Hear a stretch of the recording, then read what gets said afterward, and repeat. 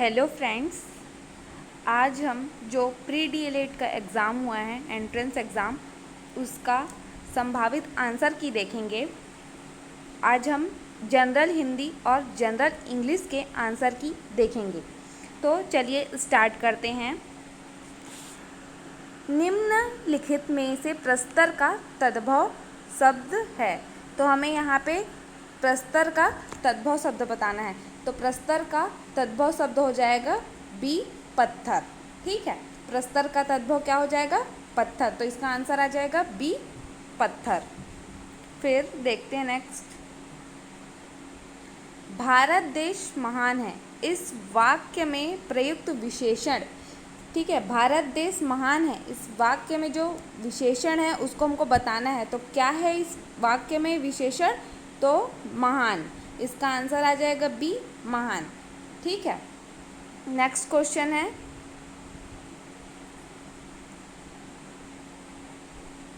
दिए गए विकल्पों में से सही वाक्य चुनिए। तो देखिए 4 हमको वाक्य दिया है, इसमें से कौन सा सही है ये चुनना है। तो पहला है, भारत में दर्शनीय स्थल अनेक देखने योग्य हैं। तो दर्शनीय स्थल और देखने योग्य तो सेम मीनिंग है, तो बार बार रिपीट हो रहा है, तो ये नहीं होगा। ठीक है, भारत में अनेक दर्शनीय स्थल हैं, भारत में अनेक दर्शनीय स्थल देखने योग्य है। तो वही बार बार यहाँ पे भी रिपीट हो रहा है, यहाँ पे भी, इसीलिए सही वाक्य क्या हो जाएगा हमारा? ऑप्शन नंबर बी, भारत में अनेक दर्शनीय स्थल हैं। तो इसका आंसर हो गया बी। ठीक है, भारत में अनेक दर्शनीय स्थल हैं। इसके बाद है, काम काज में कोरा होना मुहावरे का अर्थ है। क्या है काम काज में कोरा होना का अर्थ? काम ना जानना।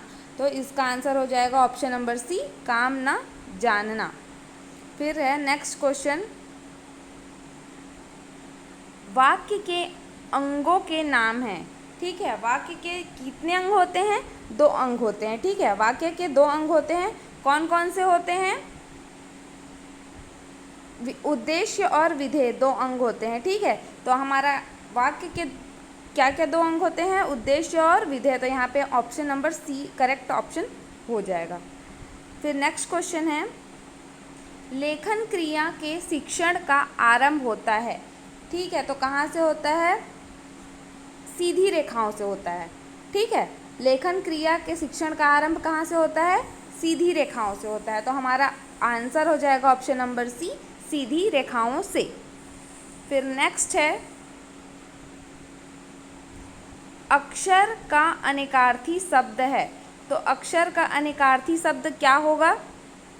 अज, आत्मा, समय या सूर्य।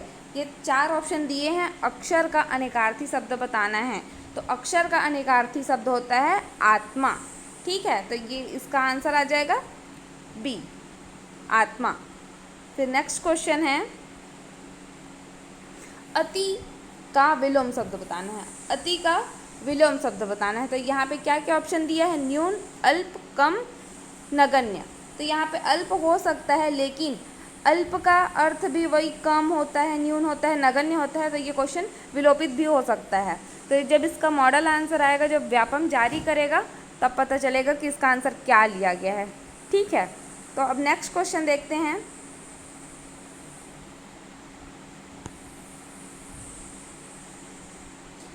चलिए नेक्स्ट क्वेश्चन है हमारा, निम्न शब्दों में बहुवचन शब्द है। तो पानी, जनता, वर्षा, ये योद्धा। तो ये कौन से शब्द बहुवचन में है ये हमको बताना है। तो योद्धा क्या है? बहुवचन में है। तो इसका 89 का आंसर हो जाएगा ऑप्शन नंबर डी, योद्धा। फिर नेक्स्ट क्वेश्चन है, ई का उच्चारण स्थान है। कहाँ से हम ई का उच्चारण करते हैं? कंठ से, तालव्य से, या ओष्ठ से, या दंत से। तो ई का उच्चारण स्थान होता है तालव्य। तो आंसर क्या जाएगा? ऑप्शन नंबर बी, तालव्य। ठीक है, अब चलिए हिंदी के हम ये 10 क्वेश्चन देख लिए हैं। इसके साथ ही अब हम जनरल इंग्लिश के 10 क्वेश्चन जो आए हुए थे आज के एग्ज़ाम में उसको भी देखते हैं। तो पहला क्वेश्चन है, choose the correct antonym of the given word kit. जो ये वर्ड दिया हुआ है किट, इसका हमको क्या बताना है, एंटोनिम बताना है। तो क्या हो सकता है, स्ट्रेंजर या आउटफिट या सन या रिलेटिव। तो कित का एंटोनिम क्या हो जाएगा, स्ट्रेंजर। तो ऑप्शन नंबर ए स्ट्रेंजर, कित का क्या हो जाएगा, एंटोनिम हो जाएगा। फिर नेक्स्ट क्वेश्चन है, transform the given sentence into complex sentence. ठीक है, जो हमें सेंटेंस दिया हुआ है उसको हमको कॉम्प्लेक्स सेंटेंस में चेंज करना है। तो सेंटेंस क्या दिया हुआ है, we have informed her of her success. तो इसको, ये जो सेंटेंस दिया हुआ है we have informed her of her success, तो इसको हम लोग जब कॉम्प्लेक्स सेंटेंस में चेंज करेंगे तो इसका आंसर क्या हो जाएगा, इसका आंसर होगा we have informed her that C has succeed. तो इसका ऑप्शन नंबर सी इसका आंसर हो जाएगा, वी हैव ससीड, नहीं sorry, we have informed her that C has succeed. इसका आंसर सी हो जाएगा। फिर नेक्स्ट क्वेश्चन है, choose one of best expresses the given sentence in indirect और डायरेक्ट स्पीच। तो देखते हैं क्या दिया हुआ है हमको, he said to us, why are you all sitting about there doing nothing। ठीक है, ये दिया हुआ है, इसको हम लोग को चेंज करना है। तो इसका आंसर क्या होगा, ये ऑप्शंस दिए हुए हैं, A he asked us why are we all sitting about there doing nothing। B है he asked us why we are all sitting about there doing nothing। सी है he asked us why we were all sitting about there doing nothing।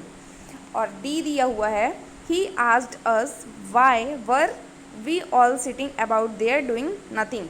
तो इसको हम लोग जब change करेंगे narration, तो क्या हो जाएगा, हमारा आंसर हो जाएगा he asked us why we were, देखो यहाँ पे वर आएगा, ठीक है, we were all sitting about there doing nothing। तो इसका आंसर हो जाएगा answer number C.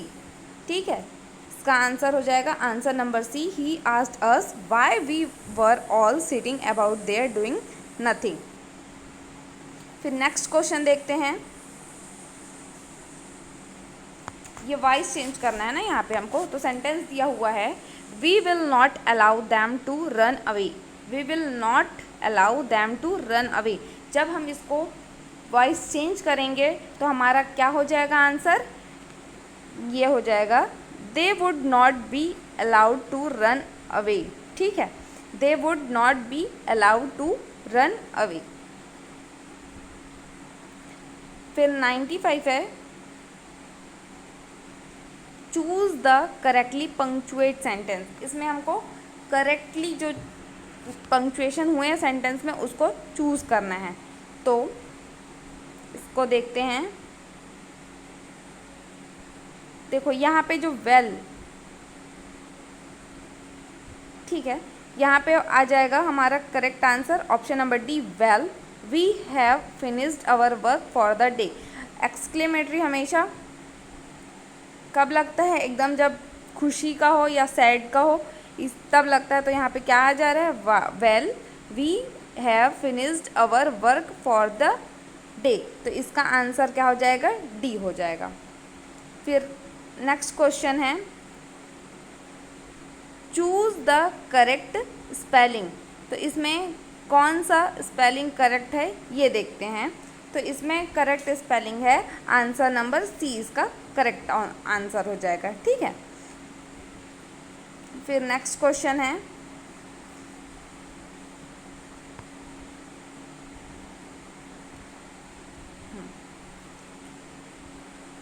What type of sentence is the following sentence.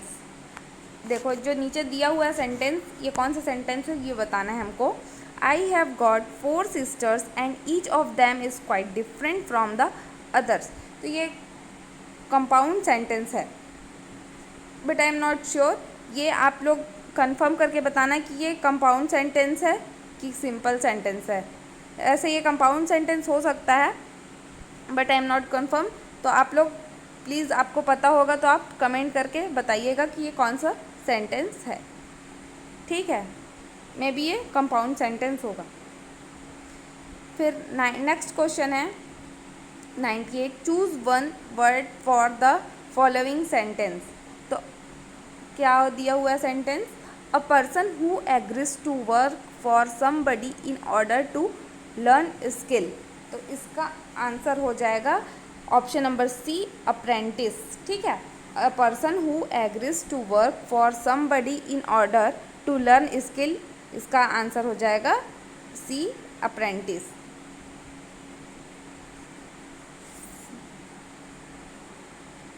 फिर नेक्स्ट क्वेश्चन देखते हैं, choose the correct answer. Prediction is a sub skill is associated with, क्या हो जाएगा आंसर नंबर सी, रीडिंग। ठीक है, prediction as a sub skill is associated with reading, तो यहाँ पे आ जाएगा आंसर नंबर सी, रीडिंग।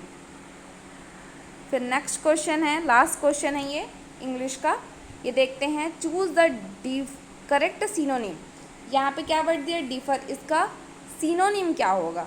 ठीक है, तो इसका सिनोनिम हो जाएगा आपका postpone, D, answer number D, sorry option number D, postpone हो जाएगा डिफर का सिनोनिम।